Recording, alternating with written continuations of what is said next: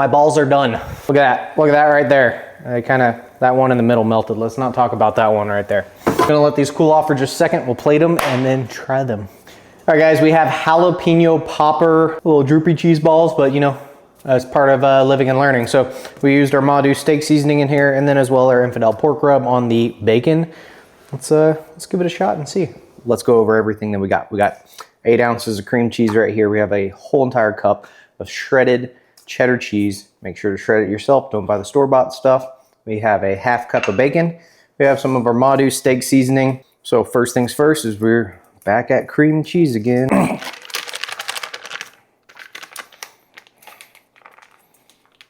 I tried my best. We're gonna go ahead and throw cheese inside of there and throw our bacon bits inside of there. Our 2 de-seeded jalapeños inside of there. Our green onion, we're gonna go with 1/4 cup. 2 tablespoons of Ma Deuce. So I'll just open up the spoon side and say 1, 2. Don't go off of that. I just came up with that idea and it actually came out pretty well. So you want to make sure you don't go too terribly heavy and have too much seasoning. So if you do that method, go a little light because you might dump the whole bottle. And we are going to get to mixing. So another pro tip, make sure that you have your cream cheese softened. I'm going to try and get some of this off of my fingers. This is one of the downfalls of doing it this way.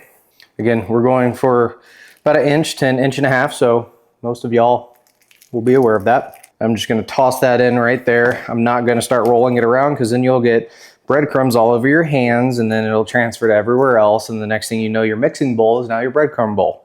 Boom, we got that. Looks like we got enough to probably make 2 more balls, maybe 3.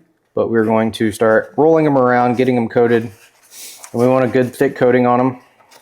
We let our balls harden up inside of the fridge. I'm going to spray with some avocado oil. Obviously you can deep fry these if you want to. I just prefer to do this and the air fryer. I'm gonna see if we can't fit all of these in one without overcrowding, and it already looks like that's not gonna happen. Make sure that your balls are not touching. Gotta space out your balls. And then we're gonna do a match cook of an air fry. Bring it down to 360 and probably crank it down to 9 minutes, and then we'll check it right before the 9 minutes is up to make sure that we're good to go and not burning our balls. Pro tip, halfway through your cook, shake your balls.